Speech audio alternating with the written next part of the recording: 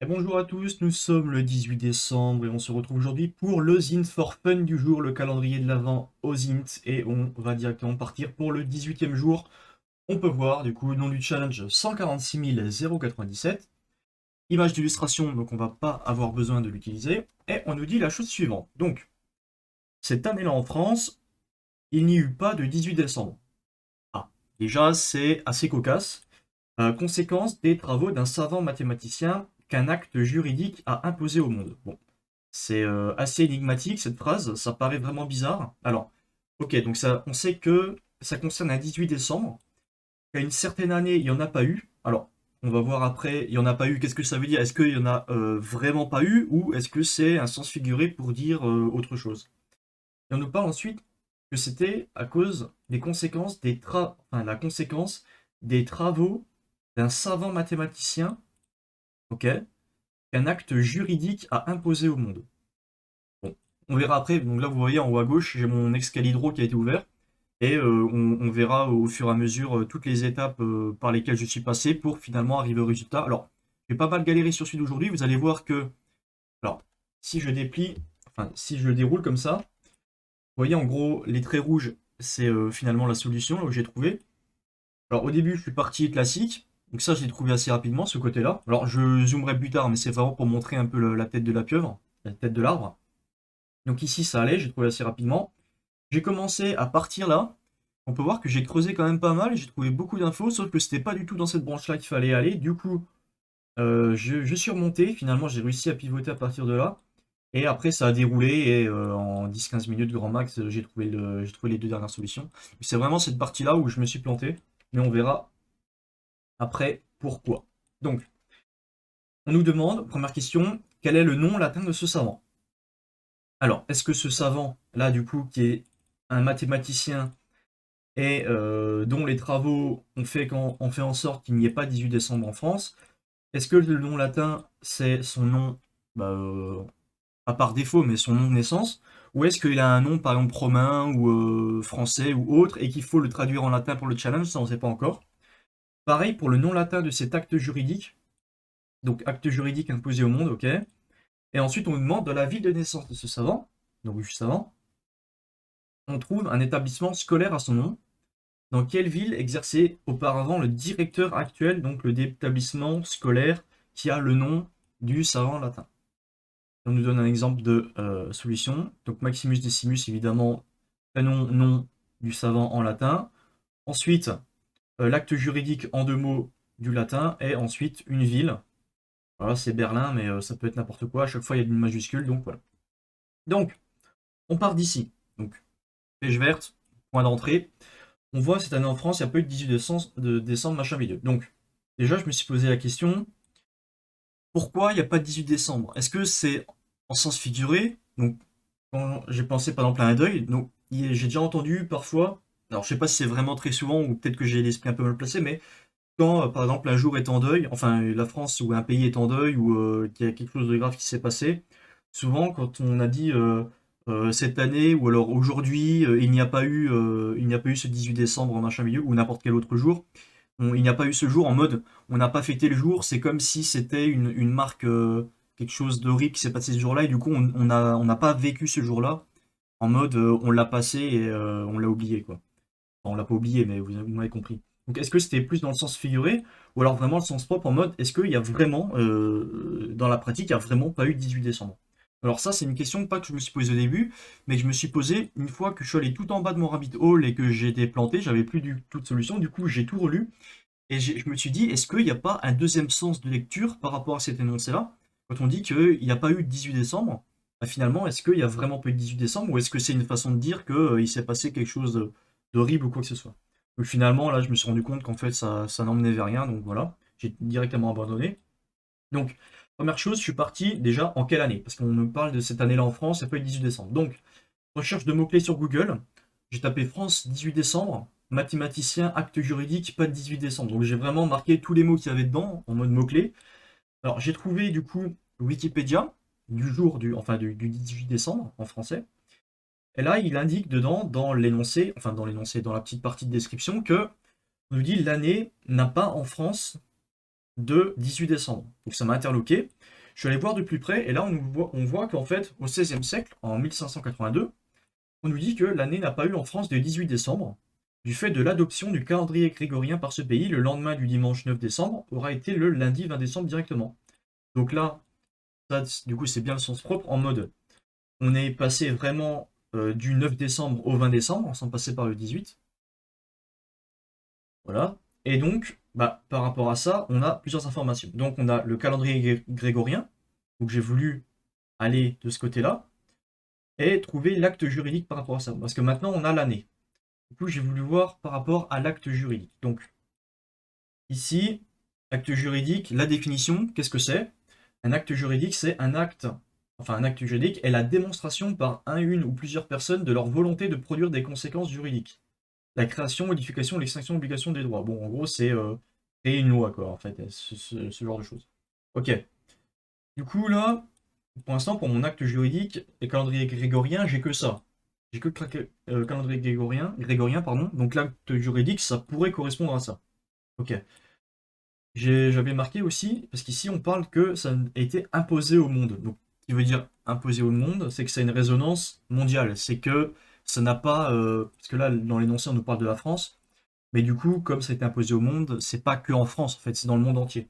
Et si on parle de calendrier grégorien, je vais réussir à le dire un jour, hein, eh ben, ça a une résonance mondiale. Et du coup, alors pas dans tous les pays, mais dans une grande partie des pays. Et du coup, bah, ça pourrait correspondre. Parce qu'en fait, le calendrier, c'est pas un acte juridique. Ça veut rien dire. Donc en fait, si on regarde un peu plus par rapport au calendrier grégorien, donc sur la page wiki, on peut voir que donc Grégoire XIII est surtout connu dans l'histoire comme réformateur du calendrier par la bulle Intergravissimas. Donc là, une bulle, qu'est-ce que c'est? On ne sait pas. Intergravissimas, donc qu'est-ce que c'est? C'est bizarre, on ne sait pas non plus. Donc là, une bulle en fait pontificale, donc là c'est le mot bulle, c'est un document scellé par lequel le pape pose un acte juridique. Ah, acte juridique, on retrouve le mot-clé, donc ça nous intéresse. Ok, on continue. Donc là, apparemment, l'acte juridique s'appelle Intergravissimas. Donc on va voir par rapport à Intergravissimas. Et là, on nous dit que c'est une bulle pontificale, donc ce qu'on a vu juste avant, rédigée par le pape Grégoire XIII, est nommée, d'après ses premiers mots, machin bidule, elle crée le calendrier grégorien qui est utilisé aujourd'hui dans la plupart des pays du monde. Donc, l'acte juridique en question, c'est bien celui-ci, donc c'est Inter Gravissimas. Donc ça, hop, hop, hop, hop, hop, hop, hop, hop, hop, si on descend tout en bas, c'est la solution, donc on a récupéré cette solution-là. Je me perds. Voilà. Donc maintenant, en fait, on a déjà répondu à la question 2. Mais la question 1, le fameux savant, bah, du coup, en fait, le savant se demande, si là, les gens nous parlaient du pape machin bidule, bulle, c'est le pape qui pose un acte juridique. Là, on nous parle de Grégoire XIII, donc savant, je me suis dit, ok, je vais regarder par rapport au calendrier grégorien. Le savant, on voit que du coup, on a un certain Grégoire XIII. Donc en français, de son nom d'origine, c'est Hugo Boncompagnie. Mais du coup, nous, il nous demandait le latin. Donc en fait, gratin, n'importe quoi. Grégoire XIII, en latin, ça fait Gregorius XIII. Enfin, 13, on ne sait pas trop comment ça se prononce en latin, mais bref. Et du coup, je me suis dit, en fait, il y a plusieurs possibilités. Parce que si on va sur la page Wikipédia de Grégoire XIII, pour son nom latin, on a soit, enfin là, en français, soit Gregorius XIII. J'ai essayé de traduire aussi 13 du français en latin. Ça fait trédissime, trécidime, quelque chose comme ça. Et du coup, en latin, pour le nom, on a soit Hugus Buon Compagnie, soit Hugus Buon Compagnie, donc là c'est un A au lieu d'un O, soit Hugo Buon Compagnie, mais avec Buon et pas bon, comme ici. Donc voilà, il y avait plein de trucs différents. Donc déjà là, on sent le plan Bourbier. On sent que on va vers quelque chose qui va être chiant. Et si on va voir ce fameux Grégoire, on peut voir qu'en fait sa ville de naissance c'est Bologne. Bon, ok. Du coup, j'ai cherché s'il y avait un nom d'école qui portait son nom à Bologne. Ici, on a une certaine université de Bologne, alors qui n'a pas son nom, mais à chaque fois qu'on fait une recherche sur Google par rapport à Maps sur Bologna, avec Grégoire XIII, on arrive automatiquement sur cette université. Voilà, c'est ce que j'ai mis ici, c'est pas le même nom, mais en fait, toutes les infos, chaque fois qu'on recherche quelque chose avec Grégoire XIII par rapport à la ville de Bologne, on arrive là-dessus. J'ai regardé, en majorité les écoles sur Maps, s'il n'y avait pas quelque chose de plus cohérent avec un nom de Grégoire, ou alors si on ne trouvait pas une école avec Boine Compagnie, ou une école avec Ugus, ou avec Hugo, ou avec les différentes orthographes, mais j'ai rien trouvé, donc je me suis dit, bon, ok, bon, on va quand même chercher là, parce que ça n'a pas le même nom, mais ça a l'air de rediriger partout vers ça, donc c'est peut-être ça. Et en fait, ici, je me suis dit, ok, si... Alors là, c'est purement une hypothèse qui est bonne ou pas, mais on peut en discuter. Donc là, j'ai dit qu'on peut en déduire qu'il ne peut s'agir que d'une... Enfin, qu'il ne peut pas s'agir vraiment d'une petite école, par exemple une maternelle ou un truc comme ça, pour qu'on puisse trouver les directeurs sur un site web. Parce que le challenge, on est d'accord, ici, on doit trouver le directeur actuel. Donc, il faut au minimum que l'école, elle ait un site web. Les écoles qui ont des sites web, c'est soit par exemple des écoles spécialisées, soit des universités, ou soit des écoles qui sont quand même un petit peu grandes. Ça va pas être vraiment l'école du quartier qui aura un site web à lui avec le directeur, tous les enseignants, tout ça.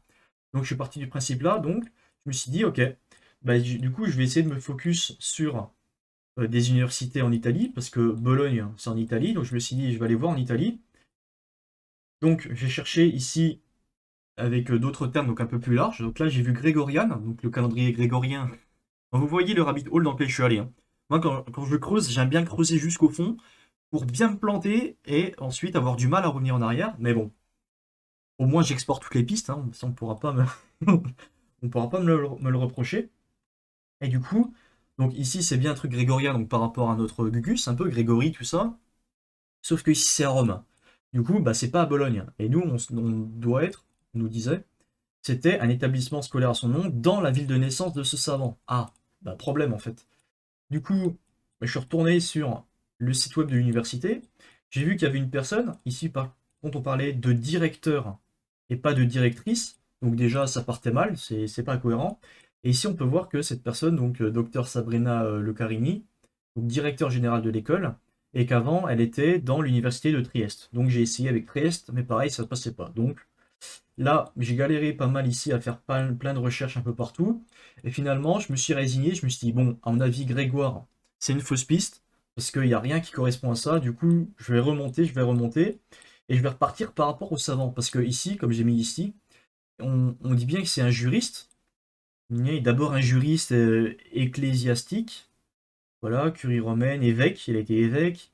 Donc on voit que il était non, pape de l'Église catholique. Donc on voit que il a jamais été savant mathématicien. Il a jamais vraiment travaillé, fait des choses dans les mathématiques. Donc, je suis retourné sur la page, alors pas de Grégoire, mais du calendrier grégorien. Et sur la page du calendrier grégorien, on a une personne à droite qui a l'air d'avoir des ustensiles. Alors, je ne sais pas trop, ça doit être de l'astronomie ou pour faire des choses comme ça. Sauf que si on fait un CTRL F sur son nom dans la page, on n'en parle jamais dans cette page. Il n'y a aucune information sur cette personne. Il n'y a que cette photo avec son nom. Et on ne dit pas qui il est ni rien. Donc du coup, ça m'a paru bizarre. J'ai cliqué dessus. Et on arrive sur le fameux Christophorus Clavius. Donc ça fait bien un nom latin, comme c'est indiqué ici, en deux mots. Et on nous dit que donc, est le nom latin. Ah, intéressant, parce que c'est le nom latin, parfait, d'un savant. Là, par contre, on a vraiment bien le mot-clé savant, ok? Un savant, alors jésuite allemand, mathématicien, savant mathématicien, encore intéressant, qu'un acte juridique a imposé au monde. Bon là, l'acte juridique, on l'avait trouvé, donc, en fait, Christophorus Clavius, c'est le savant qui a travaillé sur le calendrier grégorien, et le calendrier grégorien, c'est lui qui a été, demandé à mettre enfin, qui a été mis en place par le pape Grégoire XIII. Donc en fait, je me suis focus sur Grégoire XIII, sauf que c'est pas lui, le savant mathématicien qui a bossé dessus. Grégoire XIII, c'est celui qui a mis en place, enfin qui a demandé à mettre en place le calendrier grégorien, mais c'est pas lui qui a bossé dessus. Celui qui a bossé dessus, c'est bien Christophorus Clavius. Donc là, flèche rouge jusqu'en bas, parce que bah en fait on a trouvé le nom de ce fameux savant. Donc on a le nom du savant, on a l'acte juridique, et maintenant il faut trouver le directeur actuel de l'établissement qui a le nom de Christophorus Clavius dans la ville de naissance de Christophorus. Donc ici, on peut voir qu'il est né à Bamberg. Bamberg, ça fait très allemand. Ici, on va voir, en fait, si on tape donc Bamberg donc sur Maps, on arrive sur une petite ville d'Allemagne. Et si dessus, on cherche... alors j'ai cherché Clavius pour le nom de la personne. On a Clavius Gymnasium, je sais pas comment on dit. Et en fait, ça veut dire en gros école Clavius. Et on a un site web, donc c'est bien en Allemagne, Bamberg, et on a un site web, donc cg-bamberg.de. Et ici, si on va voir, alors j'ai fait de la traduction, j'ai fait Google Translate directement sur la page. Qu'est-ce qu'on voit? On voit que, donc ici, c'est dans la partie de ceux qui gèrent l'école. On voit que le directeur, c'est un certain Thomas Meyer. Donc OSTD, je me suis demandé, OSTD, qu'est-ce que c'est? C'est une abréviation de quelque chose, mais je sais pas. Donc en fait, OSTD, c'est l'abréviation de, je ne vais pas prononcer ce mot en allemand parce que je ne sais pas, mais en gros, ça veut dire directeur. Voilà. Donc c'est directeur Thomas Meyer. Et si on cherche un petit peu, donc directeur Thomas Meyer, on a le premier article, c'est un article de presse allemand qui, alors évidemment, encore une fois, je l'ai traduit, qui nous dit que, alors chaque année, certains lui disent au revoir en mots cordiaux. À la fin du mois, Meyer a eu son dernier jour d'école au gymnasium.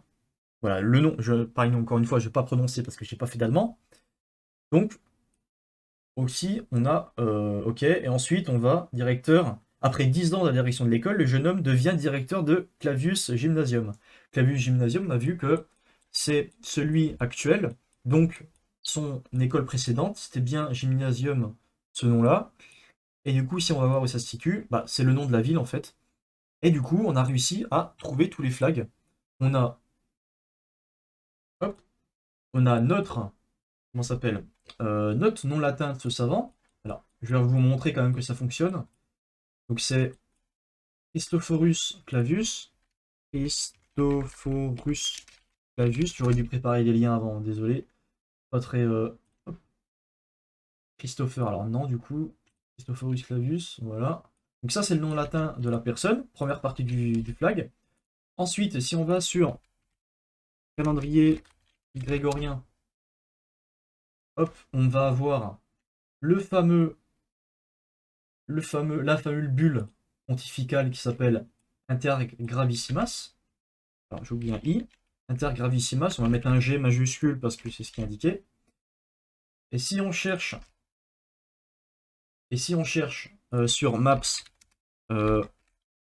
Bamberg, hop, Bamberg, et ensuite on cherche Clavius. Donc voilà, là on est au-dessus de Bamberg, on cherche Clavius. On a le gymnasium, Clavius, hop, le site web, on arrive là-dessus, ok. Et si du coup on arrive là-dessus, on arrive sur le site, on va chercher du coup alors, bon, Ober, ok, parfait, j'ai pas besoin de tout retaper. On arrive sur ce site web, on récupère le nom de l'ancienne école qui était ici, hop, le nom de la ville, on la met, et on a réussi le challenge du jour. Donc, il n'était pas très simple, mais vous voyez que, en vrai, encore une fois, ça m'a pas mal aidé de faire un petit, comment ça s'appelle? Un petit diagramme pour voir un petit peu toutes les étapes. Et on a bien vu que là, j'étais bien parti à droite, là c'est bon, j'avais le résultat. Ensuite, j'ai commencé à creuser bien profond pour finalement me rendre compte que toute cette partie-là, en fait, elle était fausse. Je suis remonté, et à partir de savant, hop, je suis reparti ici sur le vrai savant, et ensuite ça a déroulé, et on a trouvé la solution. Donc merci d'avoir suivi cette vidéo, et on se dit soit tout à l'heure pour la vidéo Try Hack Me, si vous voulez la voir, soit à demain pour le prochain challenge Zint. Allez, bye bye.